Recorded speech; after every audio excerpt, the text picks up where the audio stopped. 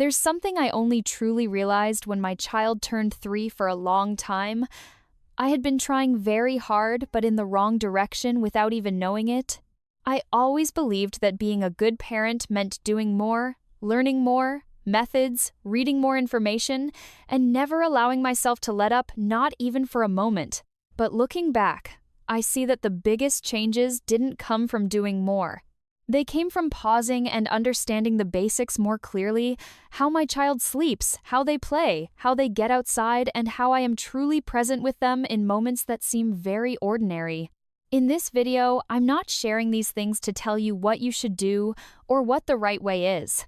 I'm simply sharing what I wish I had understood earlier, so that my own parenting journey could have been a little lighter.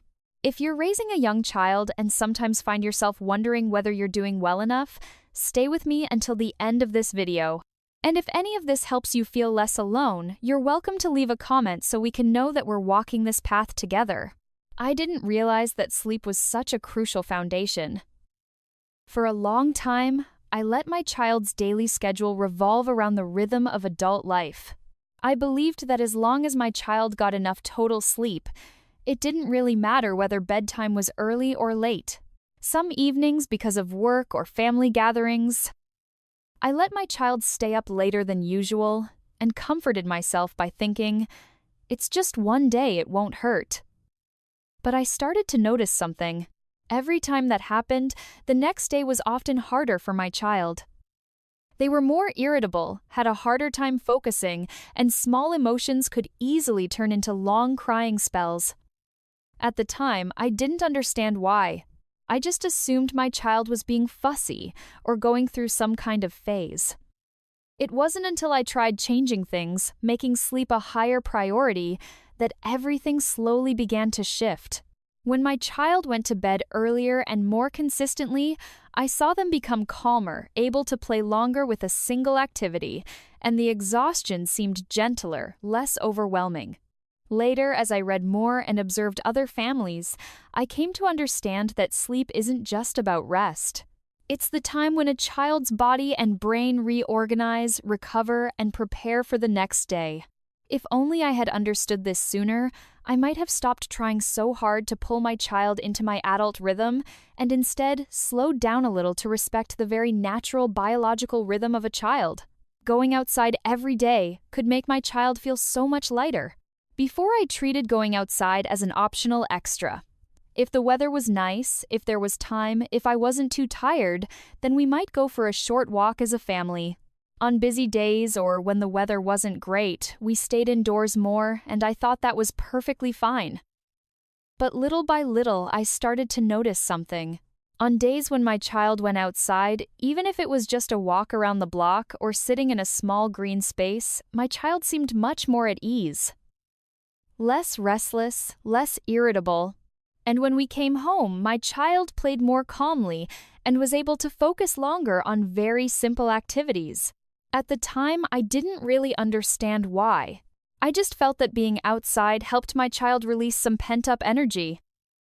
The wider space, natural light, wind, trees, and familiar sounds all seemed to help my child relax in a way that staying indoors never quite did.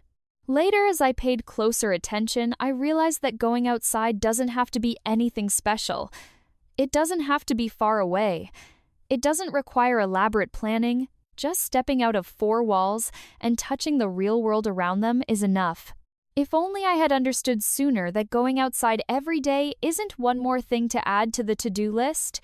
It's a very simple way for both my child and me to feel lighter.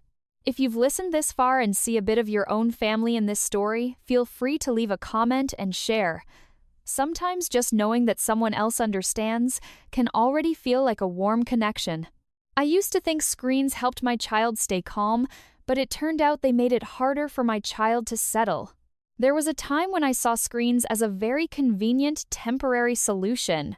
When I needed to cook when I was tired, or when I just wanted a few quiet minutes, I would let my child watch a short video and tell myself it was harmless. My child sat still, and I felt relieved because everything seemed easier. But after a while, I started to notice something else. After screen time, My child often had a hard time stopping, became more irritable when the screen was turned off, and struggled to return to simple activities like playing with toys or sitting and listening to me read a book. In those moments, I didn't understand why the reaction was so intense. I just assumed my child was asking for more. When I tried gradually reducing screen time, the first days were not easy at all. My child was bored, complained, and I doubted my own decision. But little by little, something changed. My child began to find things to do, independently, lining up toys in their own way, talking to themselves, and staying engaged longer with very simple games. That was when I realized that screens don't really calm a child, they just pause them.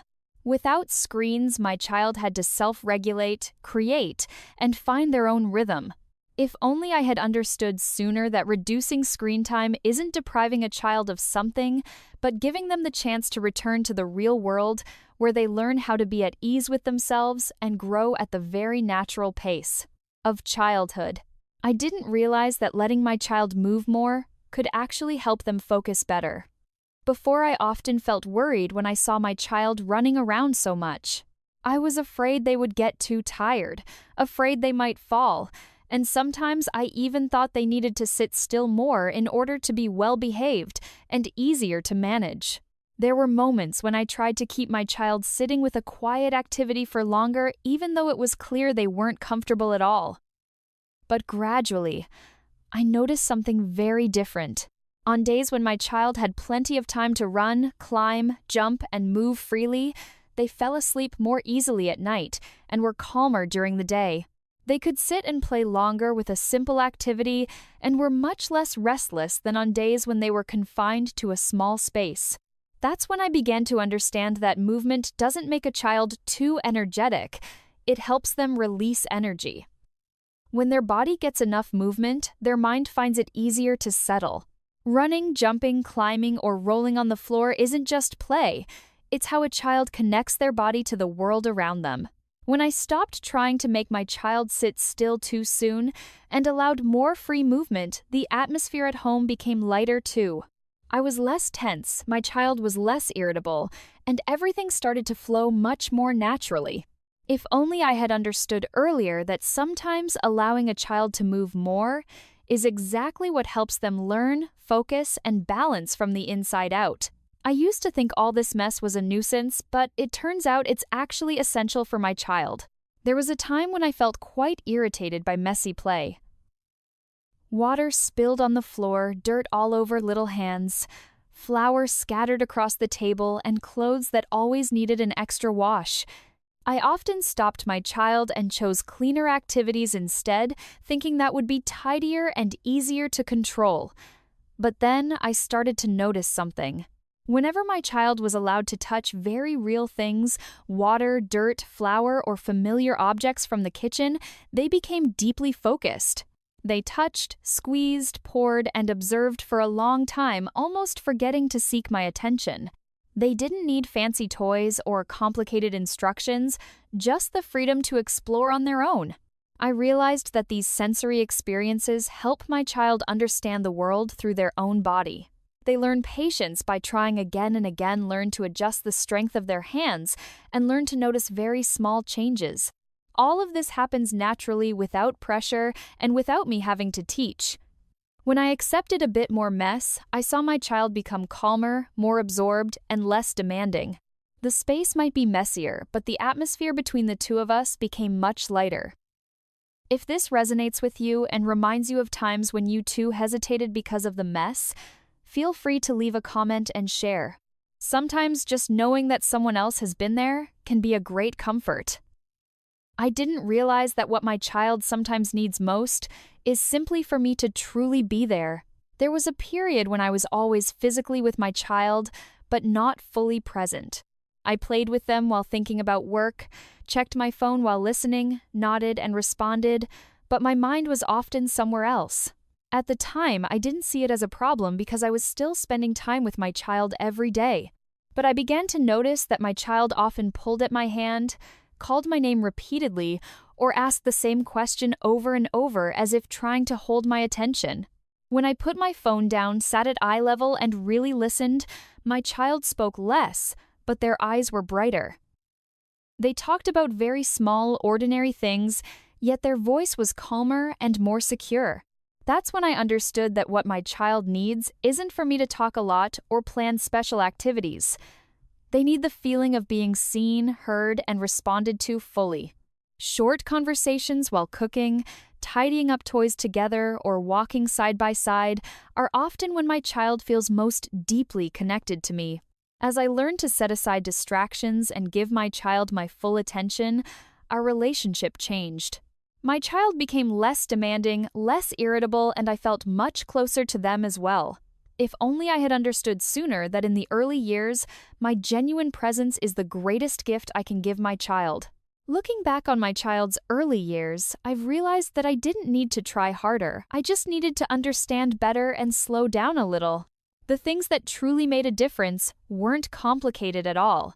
They were found in very simple daily choices, sleep, the living environment, and the way I showed up for my child.